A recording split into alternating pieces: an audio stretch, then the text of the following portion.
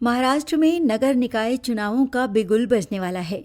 कई सालों से वार्डों की संरचना और अन्य पिछड़ा वर्ग यानी ओबीसी के आरक्षण जैसे मुद्दों पर अटके ये चुनाव अब अगले हफ्ते से शुरू होने वाले हैं।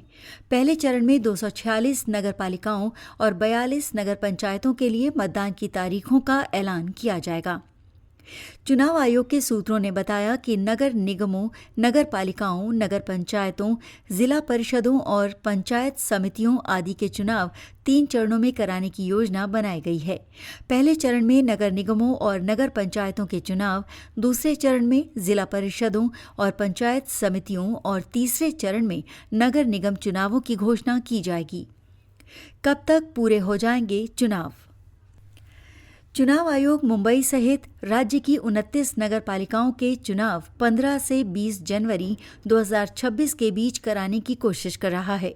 नगर पालिकाओं और नगर पंचायतों के चुनाव के लिए मतदान नवंबर में होगा। जिला परिषदों और पंचायत समितियों के चुनाव के कार्यक्रम की घोषणा नगर निगम चुनाव प्रक्रिया के दौरान या मतदाता के तुरंत बाद की जाएगी। भारी बारिश और बाढ़ के कारण सरकारी मशीनरी अभी भी ग्रामीण इलाकों में राहत कार्यों में लगी हुई है, इसलिए माना जा रहा है कि ये चुनाव दिसंबर में होंगे। सुप्रीम कोर्ट ने क्या दी है डेडलाइन? जिला परिषद चुनाव के दौरान ही नगर निगम चुनावों की घोषणा की जा सकती है। सर्वोच्च न्यायालय ने राज्य में स्थानीय निकाय चुनाव कराने के लिए 31 जनवरी 2026 तक की समय सीमा तय की है।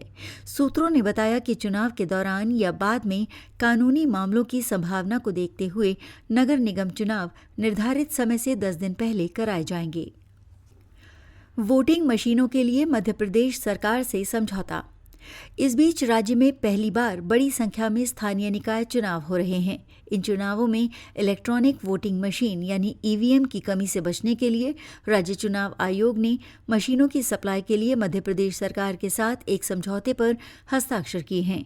इसके अलावा इलेक्ट्रॉनिक्स कॉरपोरेशन ऑफ इंडिया से 50,000 ईवीएम खरीदी गई हैं। ये भी समझा जाता है कि भारत निर्वाचन आयोग से ईवीएम की मांग की गई है। मतदान के दूसरे दिन मतगणना। 3 चरणों में हो रहे इन चुनावों की मतगणना एक साथ करना संभव नहीं है, इसलिए स्थानीय निकाय चुनावों के प्रत्येक चरण की मतगणना अगले दिन होगी। चुनाव प्रणाली पर दबाव और सीमित जनशक्ति को देखते हुए ये भी माना जा रहा है कि मतगणना प्रत्येक चरण के मतदान के बाद होगी।